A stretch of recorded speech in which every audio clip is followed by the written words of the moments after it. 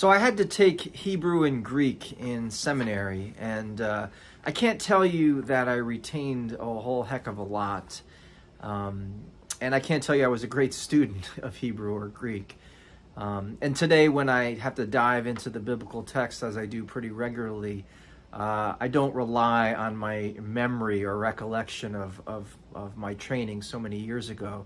I do borrow from many resources, and I trust those resources better than my own recollection. But one of my great takeaways, and I'm forever grateful for this, was when you dig into the Greek and the Hebrew, you realize how many choices that we have to make. Anybody who wants to translate or interpret is making a choice after a choice after a choice. And every time we make a choice, we choose something and we don't choose something else. And so each word and each phrase in Greek and Hebrew can mean a number of different things, which can really alter the meaning of the text. And this is true of every language, and it's true of language itself, because in the end, language is pointing to something beyond itself, and the original language is pointing to something beyond itself. It was intended to do something, and at our best, we're trying to figure out what that is. So I think it's important as we enter into the season of Lent, where we're going to be looking at the Lord's Prayer, that we approach this season and approach the work of diving deep into the Lord's Prayer with a certain humility and curiosity.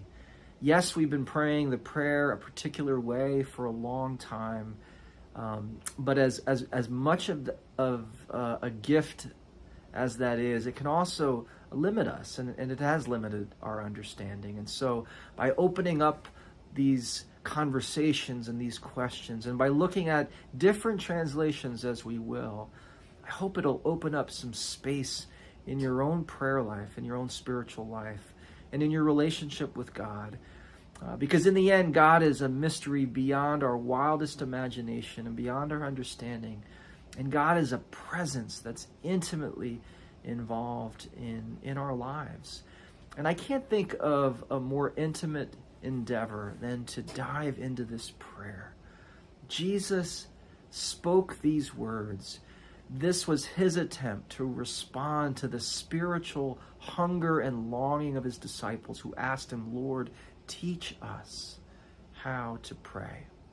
And so these are the words. And so I thought it would be helpful to start with an attempt to translate this prayer in the original Aramaic. And there are a number of people who have brought forth this recently, and I just find it a beautiful place to spend a little time and to kind of pray this alongside the way that you've been conditioned to pray.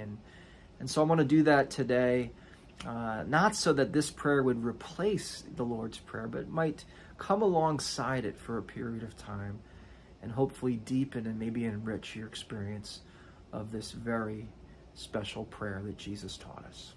So let us pray.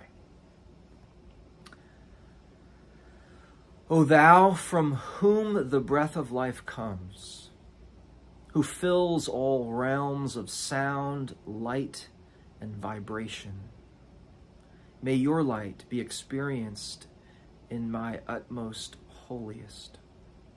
Your heavenly domain approaches. Let your will come true in the universe just as on earth.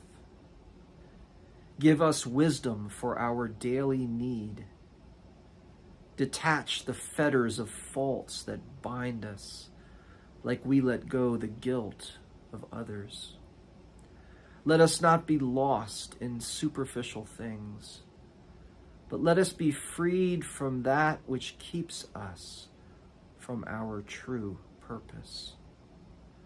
From you comes the all-working will, the lively strength to act, the song that beautifies all and renews itself from age to age.